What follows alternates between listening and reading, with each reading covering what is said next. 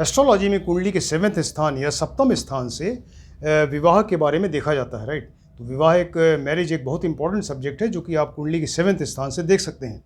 तो विवाह के बारे में डिस्कशन चल रहा है। विवाह से रिलेटेड जो सब्जेक्ट है वो मेलापक के बारे में डिस्कशन चल रहा है। मेलापक यानी वर और कन्या की शादी के पहले उनकी जो कुंडली, उनके बर्थ चार्ट्स मिलाए जाते हैं, उसी को मेलापक कहते हैं। तो ये मेलापक आपको बताया था कि 3 तरह से होता है: नक्षत्र मेलापक, भाव मेलापक और ग्रह मेलापक। नक्षत्र, भाव और ग्रह मेलापक 3 तरह से मेलापक करते हैं। तो नक्षत्र मेलापक में वर और कन्या जिनकी शादी होनी है, तो उनका नेचर, उनका बिहेवियर और उनका इंटरेस्ट, यानी उनका स्वभाव कैसा होगा, उनकी प्रकृति कैसी होगी और उनकी रुचि, इंटरेस्ट कैसा होगा, इसको देखते हैं नक्षत्र मेलापक में। तो नक्षत्र मेलापक में इन चीज़ों को देखने के लिए अष्टकूट का प्रयोग करते हैं। अष्टकूट माने, अष्ट माने 8 और कूट माने मेथड्स, एरिया या जो क्षेत्र हैं उसको देखते हैं। 8 तरह के एरियाज़ हैं, 8 तरह के मेथड्स हैं, तो इसको यूज़ करते हैं नक्षत्र मेलापक में, जिसमें कि वर और कन्या का नेचर, बिहेवियर और इंटरेस्ट देखा जाता है कि वो मिल रहे हैं कि नहीं मिल रहे हैं। अगर मिलेंगे तभी तो मैरिड लाइफ अच्छी रहेगी। तो ये जो अष्टकूट योग यूज़ करते हैं, तो इसमें टोटल गुण होते हैं इसके 36 गुण होते हैं। तो ये देखते हैं कि 36 में कितने पॉइंट्स मिल रहे हैं। अगर वो 20 या 20 से ज़्यादा हैं, तब ऐसे केस में समझा जाता है कि हाँ, मैरिड लाइफ अच्छी रहेगी और वो विवाह को अलाउ किया जाता है कि आप विवाह कर सकते हैं। तो उसमें आपको बताया, अभी तक अष्टकूट जो है, इसमें 8 कूट के बारे में आपको बताया। तो उसको कैसे देखते हैं, किस तरह से वो उनके पॉइंट्स मिलते हैं, और अगर वो दोष है उसमें तो कैसे उसका परिहार या उसका सलूशन क्या होता है, ये भी आपको बताया। लेकिन उतना बताने के बाद भी अभी भी कुछ और इम्पॉर्टेंट चीज़ें हैं जो कि मेलापक के समय आपको ध्यान में रखनी चाहिए, राइट। तो ये अष्टकूट से ही रिलेटेड जो कुछ और इम्पॉर्टेंट पॉइंट्स हैं, इसको आज आपको डिस्कस करेंगे। इसको बताएंगे कि ये क्या पॉइंट्स हम दिमाग में रखें मेलापक के समय। सेकंड चीज़ एक है, यह है कि इसको निर्दूर दोष कहा जाता है। निर्दूर दोष जो है, ये अष्टकूट जो है जिससे मिला रहे हैं नक्षत्र मिलापक, उसके अलावा एक चीज़ और है जिसको निर्दूर दोष कहते हैं। तो अगर वो अष्टकूट से मतलब नहीं है इसका, तो उसके अलावा अगर ये निर्दूर दोष भी अगर आ रहा है वर और कन्या की कुंडली में, तो फिर इसको भी एक दोष माना जाता है और ये इससे ऐसा कहा जाता है कि मैरिड लाइफ अच्छी नहीं रहेगी, राइट। तो इसके बारे में भी डिस्कस करेंगे। तो पहला पॉइंट जो ये पहला सब्जेक्ट ये है कि मेलापक की कुछ खास बातें हैं जो कि आपको ध्यान में रखनी चाहिए, उसके बारे में बताते हैं। मान लीजिए कि नक्षत्र मेलापक में जो कूट हैं, तो नक्षत्र मेलापक में आपको बताया 8 कूट हैं। 8 कूट में जो लास्ट वाले कूट हैं बहुत ज़्यादा इंपॉर्टेंट होते हैं। जैसे 5 नंबर है ग्रह मैत्री का, इसके 5 पॉइंट्स हो गए। उसके बाद फिर ग्रह मैत्री के बाद फिर आता है गण, जिसके 6 पॉइंट्स हैं। भकूट के 7 पॉइंट्स और नाड़ी के 8 पॉइंट्स होते हैं। तो ये जो 5, 6, 7, 8 मिलाकर ही ये बहुत ज़्यादा पॉइंट्स हो जाते हैं, और इन्हीं के पॉइंट्स मिला के टोटल 26 पॉइंट हो जाते हैं। तो 26 आउट ऑफ 36 ये पॉइंट्स तो यही 5 नंबर ऑनवर्ड से ही मिल जाते हैं। ग्रह मैत्री, गण, भकूट और नाड़ी। उसके पहले आपको बताया था वर्ण, वश्य, तारा, योनि, ये होते हैं।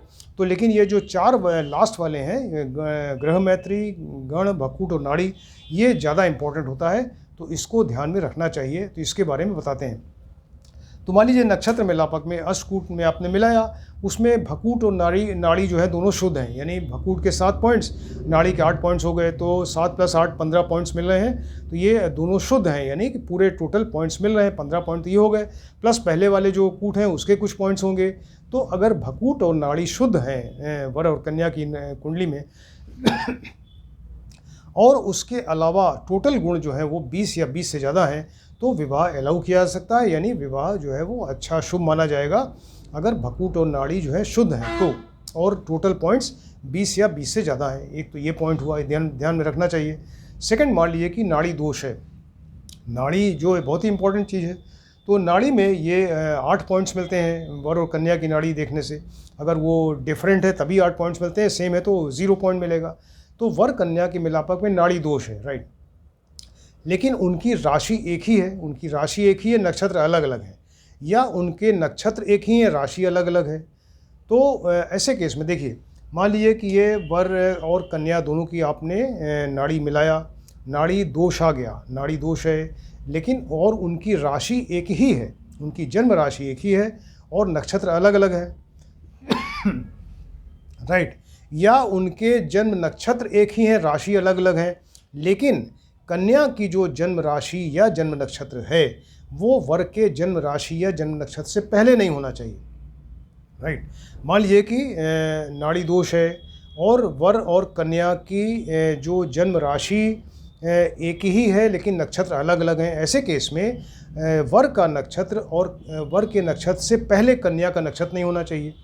या अगर नाड़ी दोष है और उनकी राशि डिफरेंट है और नक्षत्र एक ही हैं, तो ऐसे केस में भी कन्या की जन्म राशि वर की जन्म राशि से पहले नहीं होनी चाहिए। बस ये चीज़ है कि 12 राशियां हैं तो 12 का जो नंबर है वो वर की राशि से पहले कन्या की राशि ना हो, जस्ट पहले, या नक्षत्र जो है उसके जस्ट पहले वाला ना हो।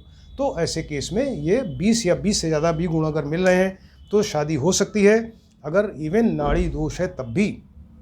ये बहुत इंपॉर्टेंट पॉइंट है। मान लीजिए कि भकूट दोष है, भकूट 7 नंबर पे आता है, उसके भी बहुत ज़्यादा इंपॉर्टेंस बहुत ज़्यादा है। तो वर कन्या के मिलापक में मान लीजिए कि भकूट का दोष है, भकूट दोष है, 7 पॉइंट्स नहीं मिल पा रहे हैं, और दोनों की जन्म राशि या जन्म राशिश एक ही हो या उनमें परस्पर मित्रता हो। जन्म राशि यानी जिस राशि में चंद्रमा बैठा है वर और कन्या की जन्म कुंडली के समय, तो जन्म राशि में आपस में मित्रता हो या सेम हो, या जन्म राशिश उसमें सेम हो या उनमें मित्रता हो।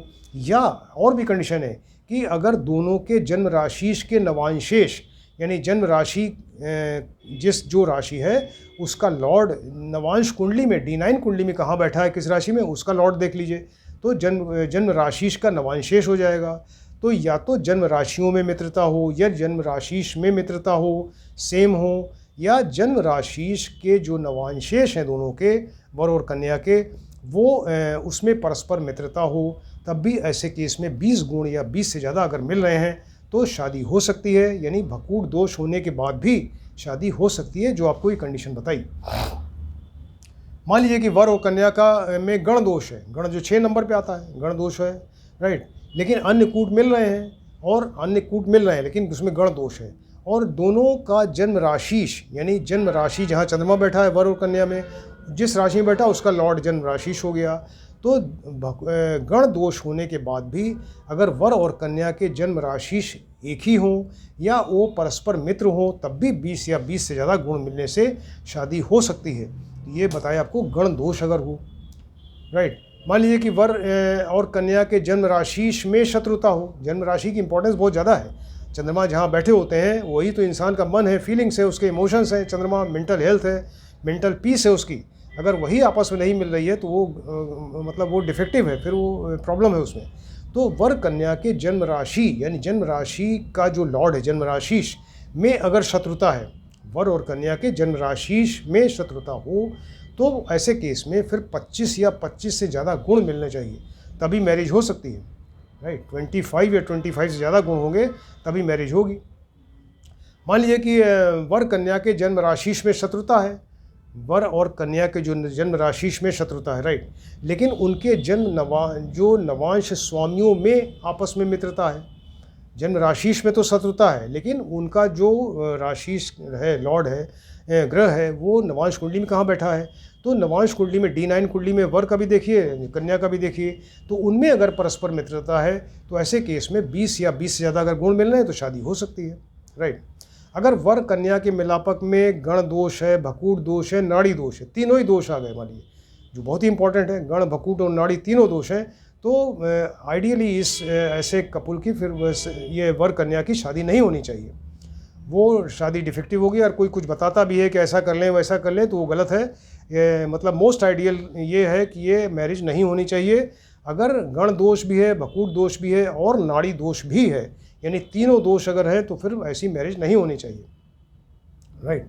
मान लीजिए कि नक्षत्र मिलापक जो हम कर रहे हैं इसमें 20 गुण से भी कम है। आपको बताया कि 20 या 20 से ज़्यादा होने चाहिए तभी मैरिज होगी।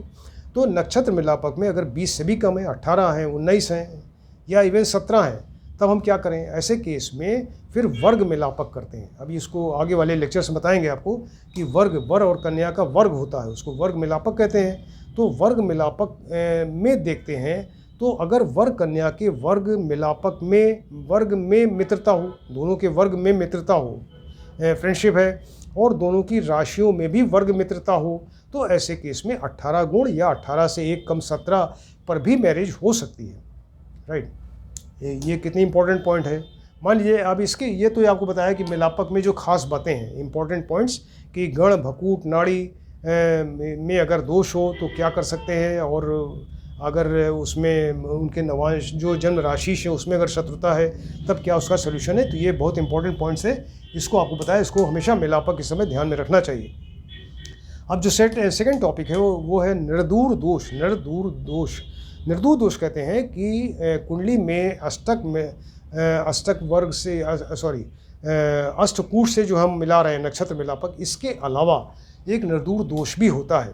यानी वो 36 गुण वाला तो पॉइंट अलग है, उससे तो आपने वर और कन्या का नेचर, उनका बिहेवियर, उनका इंटरेस्ट मिलाया, लेकिन ये निर्दूर दोष को भी कहते हैं देखना चाहिए। और ये ज़्यादा साउथ में इसको यूज़ किया जाता है, साउथ इंडिया में, और वहाँ पर इसको देखते हैं। अगर ये निर्दूर दोष आ रहा है, निर्दूर नहीं मिल रहे हैं, तो फिर वो ऐसी कुंडली डिफेक्टिव मानी जाती है और उसको फिर वो कहते हैं कि हैप्पी मैरिड लाइफ नहीं रहेगी, राइट। तो जब ये निर्दूर दोष होता क्या है, तो उसमें इसको जन्म नक्षत्र से देखते हैं। टोटल 27 नक्षत्र होते हैं, तो वर का कोई जन्म नक्षत्र होगा उन 27 में से, और कन्या का भी कोई जन्म नक्षत्र होगा। तो निर्दूर दोष का मतलब ये है कि जब वर का जन्म नक्षत्र जो भी है 1 से 27 के बीच में, उसके जस्ट पहले वाला, उसके ठीक पहले वाला अगर नक्षत्र कन्या का है तो वो निर्दूर दोष होता है, राइट। उसको निर्दूर दोष कहते हैं। 27 नक्षत्र में, अब यहाँ पर हम आपको इतना जगह नहीं हम बता सकते हैं कि ये आपको बताया 27 नक्षत्र शुरू में ही, अश्विनी, भरणी, कृतिका, रोहिणी, मृगशिरा, आर्द्रा, पुनर्वसु, पुक्य, आश्लेषा, मघा, पूर्वा फाल्गुनी, उत्तरा फाल्गुनी, हस्त, चित्रा, स्वाति, विशाखा, अनुराधा, ज्येष्ठा, मूल, पूर्वाषाढ़, उत्तराषाढ़, श्रावण, धनिष्ठा, शतभिषा, पूर्व भाद्रपद, उत्तरा भाद्रपद और रेवती। इन्हीं 27 में कोई ग्रह नक्षत्र वर का होगा, कोई जन्म नक्षत्र जो है कन्या का होगा। जन्म नक्षत्र मतलब जहाँ चंद्रमा बैठे हैं, जिस नक्षत्र में जन्म के समय जिस जगह जिस नक्षत्र में चंद्रमा बैठे हैं, जन्म नक्षत्र हो गया।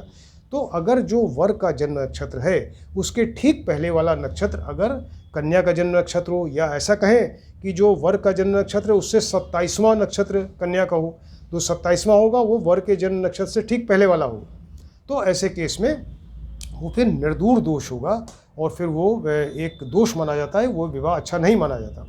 मान लीजिए कि ये आपको बताया अश्विनी, भरणी, कृतिका, रोहिणी, तो उसमें भरणी जो है वो सेकंड नंबर पे है, ये वर का जन्म नक्षत्र है, और उसके ठीक पहले वाला अश्विनी जो है वो कन्या का जन्म नक्षत्र हो गया। या वर का जन्म नक्षत्र अनुराधा ले लीजिए, अनुराधा है, उसके जस्ट पहले वाला विशाखा होता है, तो विशाखा जो है कन्या का हो गया, तब भी निर्दूर दोष हुआ। मान लीजिए कि ये वर का जन्म नक्षत्र उत्तरा फाल्गुनी है, उसके जस्ट पहले वाला पूर्वा फाल्गुनी, अगर पूर्वा फाल्गुनी कन्या का है तो वर के जन्म नक्षत्र से ठीक पहले वाला जन्म नक्षत्र कन्या का हो गया, तो निर्दूर दोष हो गया। ऐसे केस में फिर वो निर्दूर दोष माना जाता है और वो मैरिड लाइफ अच्छी नहीं रहती। अब मान लीजिए कि निर्दूर दोष है तो क्या करें, इसके लिए फिर क्या सोल्यूशन है, इसका परिहार क्या है।